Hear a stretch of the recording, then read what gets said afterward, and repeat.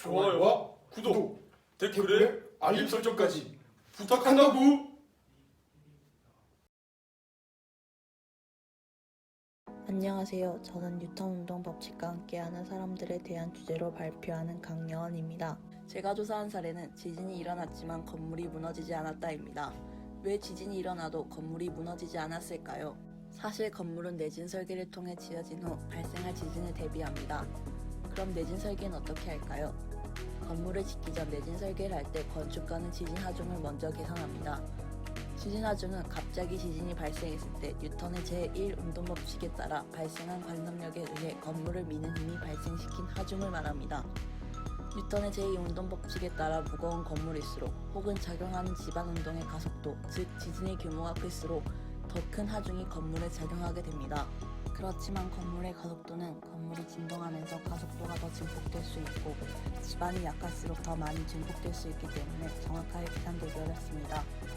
이와 관련된 직업으로 저는 건축사를 조사하였습니다. 건축사라 기술적 창의력을 발휘하여 건물을 설계하고 완성되는 과정을 감독하는 사람입니다. 건축사가 되기 위해서는 5년제인 건축학과나 4년제인 건축공학과로 진학하여 졸업한 후 건축사 사무소에 취직하여 3년에서 4년 이상의 실무 경력을 쌓아야만 건축사 시험에 응시할 수 있는 자격이 주어집니다.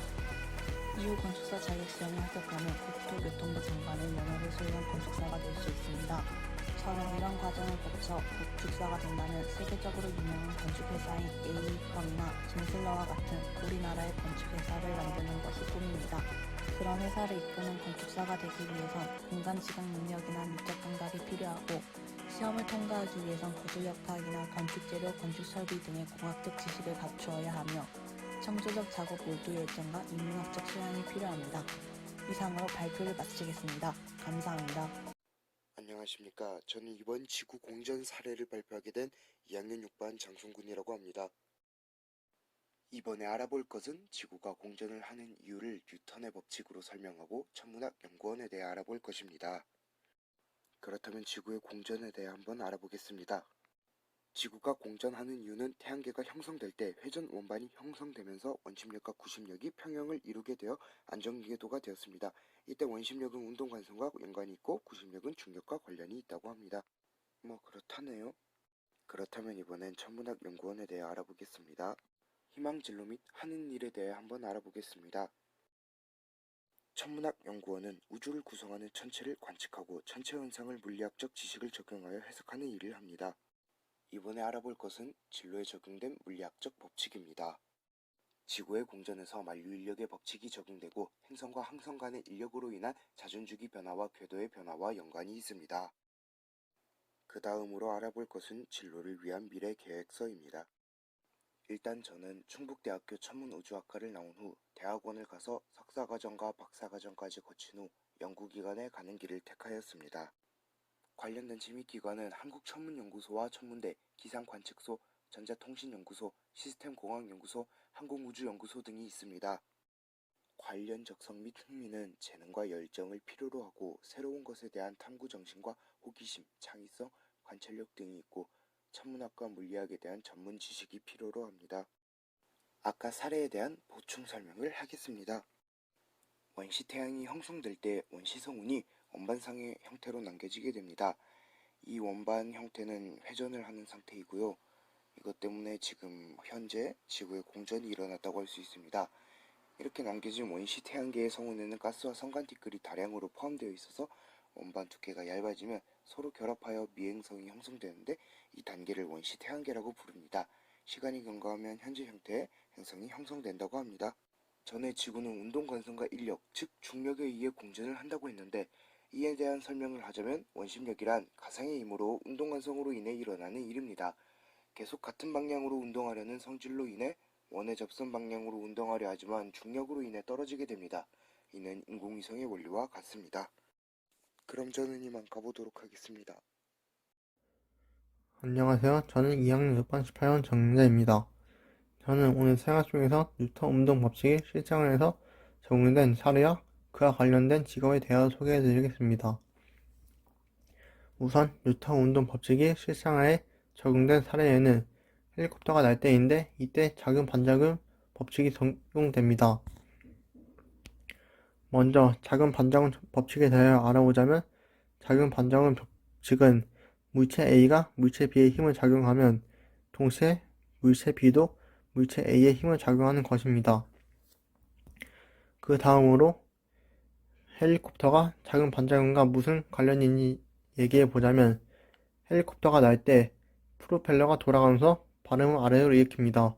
즉 헬리콥터의 날개가 공기를 아래로 밀어내는 게 작용의 힘이라면 반작용은 그 힘만큼 헬리콥터를 위로 밀어 올리는 것이 그 원리입니다.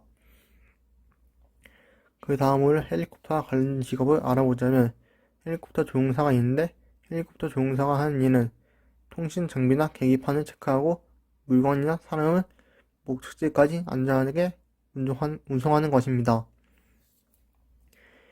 헬리콥터 조종사가 되기 위해서는 대한항공이나 아시아나항공의 민간 항공사에서 선발하는 신입 조종사가 되거나 관련 자격증을 따서 정보기관이나 보도기관, 교육기관을 가는 방법과 4년제 대학을 졸업해서 공군 조종사로 가거나 교육을 좀 더 받고 경찰이나 군대의 헬리콥터 조종사가 될 수 있는 방법이 있습니다.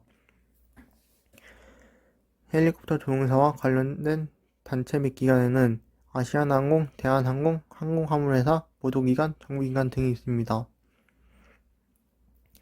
헬리콥터 조종사와 관련된 적성 및 특례에는 헬리콥터 조종사는 기상 이변 등 갑작스러운 상황에 대비해야 하기 때문에 정확한 판단 능력과 대처 능력이 필요하면 능숙한 외국어 구사 능력, 공간 지각 능력, 운송, 지리, 물리, 통신에 대한 기본 지식이 요구됩니다. 이것을 브이로그를 마치겠습니다. 물리학에 관련된 직업을 소개하겠습니다. 제가 조사한 직업은 로켓공학자입니다. 로켓을 연구하여 더 좋게 만드는 직업입니다. 진로에 적용된 물리학 법칙은 작용과 반작용의 법칙입니다. 작용과 반작용의 법칙은 뉴턴의 운동 법칙 중 제3의 법칙으로 A 물체가 B 물체에게 힘을 가하면 B 물체 역시 A 물체에게 똑같은 크기의 힘을 가한다는 것입니다.